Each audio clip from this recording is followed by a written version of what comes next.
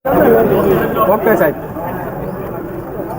બગદાણા મુકામે જે વર્ષોથી સેવાકીય પ્રવૃત્તિ સાથે જોડાયેલા અને જાહેર જીવનમાં પણ અને સામાજિક ક્ષેત્રમાં સંકળાયેલા ભાઈ નવનીતભાઈ બાલદિયા એના ઉપર જે ત્યાં ઘટના ઘટી અને અમાનવીય રીતે એના ઉપર જે રીતે હુમલો કરીને મારવામાં આવ્યો, એક દુઃખદ ઘટના છે.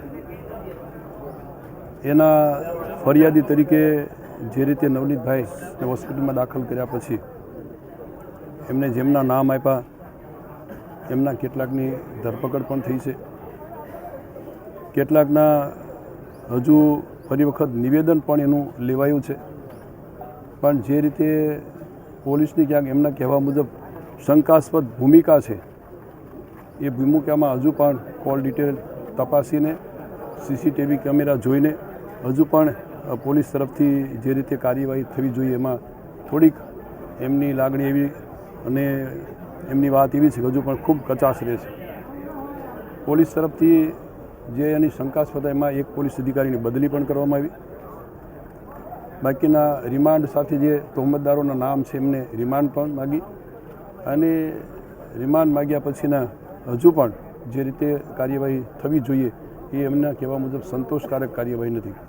આજે જે મેં એમની વાત સાંભળી, અમે અમારી સાથે માનનીય અમારા સમાજના સૌ સાંસદ આદરણીય રાજેશભાઈ, અમારા આરસીભાઈ, એના શિવાભાઈ, બધા ધારાસભ્યો, સમાજના સૌ વરિષ્ઠ આગેવાનોએ એમની મુલાકાત લીધી. મુલાકાત લીધા પછી હજુ પણ જે રીતે તપાસ થવી જોઈએ એમાં થોડી કચાશ છે.